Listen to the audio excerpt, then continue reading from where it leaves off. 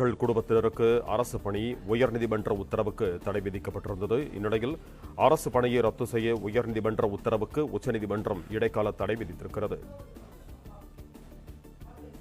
கூடுதல் விவரங்களோடு இணைகிறார் எமது செய்தியாளர் நிரஞ்சன். வணக்கம் நிரஞ்சன், உங்களிடம் இருக்கும் தகவல்களை பகிர்ந்து கொள்ளுங்கள்.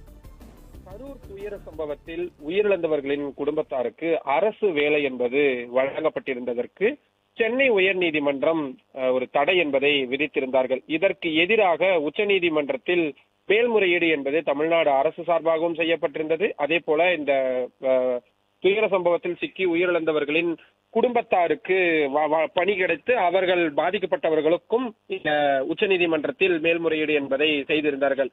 இந்த மனு மீதான விசாரணை ஒரு விரிவான விசாரணையாகவே நடந்த நிலையில் முடிவில் மிக முக்கியமான உத்தரவுகளாக வந்திருப்பது சென்னை உயர்நீதிமன்றத்தின் அந்த உத்தரவுக்கு, அதாவது அரசு பணி வழங்கியதை தடை விதித்த சென்னை உயர்நீதிமன்ற உத்தரவுக்கு இடைக்கால தடை விதிப்பதாக தற்பொழுது உச்சநீதிமன்றம் உத்தரவு என்பதை பிறப்பித்திருக்கிறார்கள்.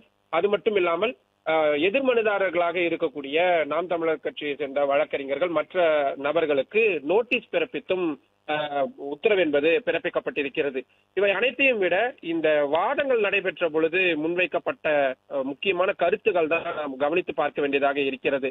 தமிழ்நாடு அரசு சார்பிலும் சரி, பாதிக்கப்பட்ட குடும்பத்தார் சார்பிலும் சரி, மூத்த வழக்கறிஞர்களாக இருக்கக்கூடிய அபிஷேக் மனு சிங்வி, அதே போல முகுல் ரோத்தகி உள்ளிட்டோர் ஆஜராகி இருந்தார்கள்.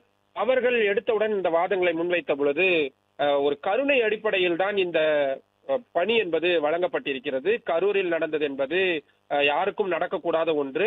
நிறைய பேர் இதில் ஒரே ஒரு குடும்பத்தில் அவர்தான் குடும்ப தலைவராக இருப்பார் அல்லது மகனாக இருந்திருப்பார், அவர்தான் அந்த குடும்பத்தை பார்த்துக் கொள்ளக்கூடியவராக இருப்பார். அப்படி இருக்கக்கூடியவர்கள் உயிரிழக்கும் பொழுது அந்த குடும்பம் தொடர்ச்சியாக வறுமையில் சிக்காமல் இருக்க வேண்டும் என்பதற்காகத்தான் இந்த அரசு வேலை வழங்கப்பட்டது என்ற விஷயத்தை சொன்னார்கள்.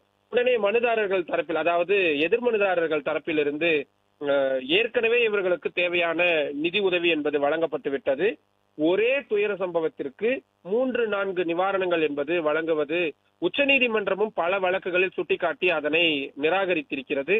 அரசு வேலை வழங்குவது என்பது ஒரு பெரிய தகுதியின் அடிப்படையில் தான் வழங்கப்பட வேண்டும் என்ற ஒரு விஷயங்களை எல்லாம் சொல்லி இருக்கிறார்கள் என்ற வாதங்களை அவர்கள் வைத்தார்கள். உச்சநீதிமன்ற நீதிபதிகள் சொன்னதுதான் மிக மிக முக்கியமான விஷயம். முதலில் அந்த எதிர்மனுதாரர்களை பார்த்து, யார் நீங்கள், எதற்காக இந்த மனுவை தாக்கல் செய்தீர்கள் என்ற ஒரு கேள்வியை எழுப்பினார்கள். உடனே அவர்கள், நான் ஒரு அரசியல் கட்சியை சார்ந்தவன் என்று சொன்ன உடனேயே நீதிபதிகள், தெரிகிறது, இது போன்ற விஷயங்களில் நீங்கள் இப்படி வருகிறீர்கள் என்றால் அதில் அரசியல் இருக்கிறது என்பதை எங்களால் புரிந்து கொள்ள முடிகிறது, இது போன்ற ஒரு விஷயங்களில் உங்களது அரசியலை கொண்டு வராதீர்கள் என்று சற்று கோபமாகவே சொன்னார்கள். அது மட்டும் இல்லாமல் கரூரில் நடந்த